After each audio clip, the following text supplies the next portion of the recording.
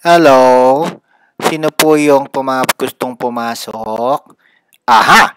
Kayo pala. Gandang panahon po sa inyo. Ito po si Katax, Emelino, T. Maestro, ETM po. Ang diniscuss po natin ay RMO 38-2010. Ito po yung part 2. Na-explain ko po sa inyo na ito pong pagkakait o nabigyan tayo ng kopya ng Revenue Travel Assignment Order at Revenue Special Order ay isang tahasan po na mayroon pong maaaring tinatago, mayroon pong kinoconceal sa atin. Katulad ng nasabi ko dun sa part 1, ang NAT sa RTAW, malalaman natin kung kailan dapat silang pumirma o hindi na sila dapat pumirma. Kailan sila dapat magtrabaho at kailan sila dapat hindi magtrabaho. So, doon sa nauna natin, diniscuss ko yung paano makakancel ang LA dahil lang yung sa Revenue Special Order. Paano makakancel ang isang dokumento dahil yung pumirma, peke, hindi siya dapat ang pipirma. Ang dami-daming ginagawa kong kalokohan. Ngayon, itong pagbabawal na to, nababasa nyo ba yung number 6 ha? RMD shall not be allowed to disseminate, distribute copies of RTAW, RSO to other offices without authority. Ibig sabihin, kung hindi pwedeng ibigay sa other offices, hindi rin pwedeng ibigay sa taxpayer kung hihingi siya. Kailangan pa may authority. Kanino galing yung authority? Sino ba pumirma nito? Tingnan natin kung sino pumirma.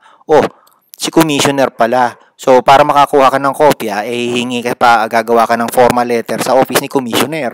Nako, Diyos ko, abutin ka na ng magkakaugat ka na sa paa mo. Magiging puno ka na.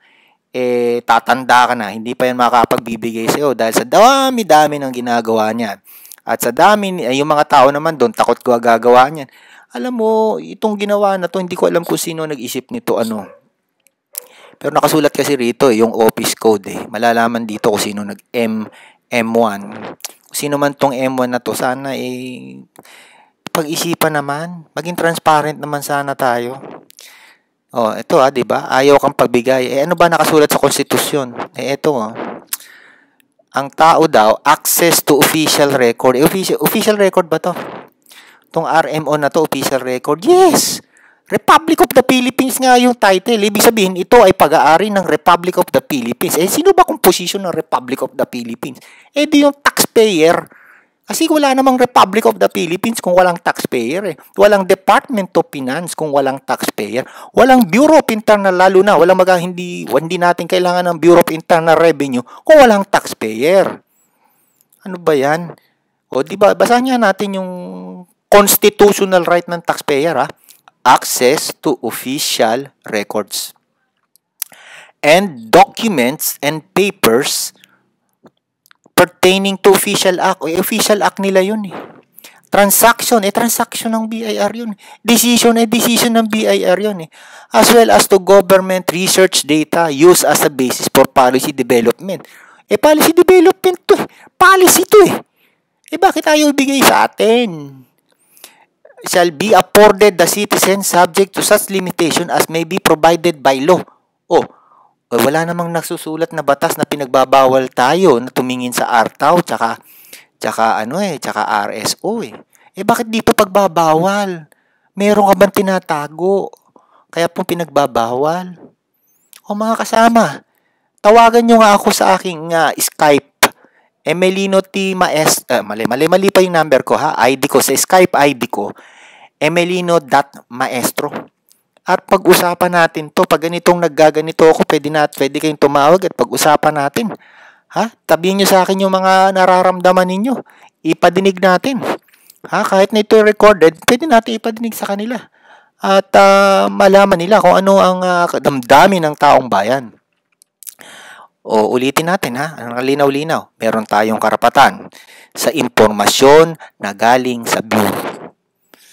Meron tayong karapatan na mag-access ng mga record na to. Official record ang RMO, RTAW, RSO, at saka RTAW. So, ang letter of authority po makakancel kung alam nyo ang RTAW. Ang letter of authority po makakancel kung alam nyo ang RSO. Makakancel din ang letter notice. Ang benchmarking letter notice nakakancel din kung alam nyo mga bagay na yan. So, ang lamang kasi nito very important. May karapatan bang magtrabaho ang sino kay kanino? May karapatan bang magtrabaho ang sino kanino? Para kanino? Para anong opisina? Kasi minsan yung revenue officer, nagtatrabaho siya sa RDO 40, pero wala na pala siya sa RDO 40, nalipat na siya sa RDO 41. O minsan yung RDO, nagpumipirma ng pinipirmahan yung January 1 letter, samantalang December pa lang, nung nakaraang taon, wala na pala siya doon sa opisinang yun. Mga ganun ba? Yung mga ganun technicality ay favorable sa mga tao. So sana, ayusin natin to. Alam mo, dami-dami kong hinihinging mga papeles sa bureau para makita yung mga bagay na yan. Hindi rin ako binibigyan eh. Ngayon, pinormalize na nila. Ginawa na nilang rules and regulation nila. Di lalo nang tumapang itong mga taga-records management division kasi meron ng utos sa kanila. Sana itong 6 na to ay burahin. Sana marinig ito ng Department of Finance. Ito lang gusto ko sanang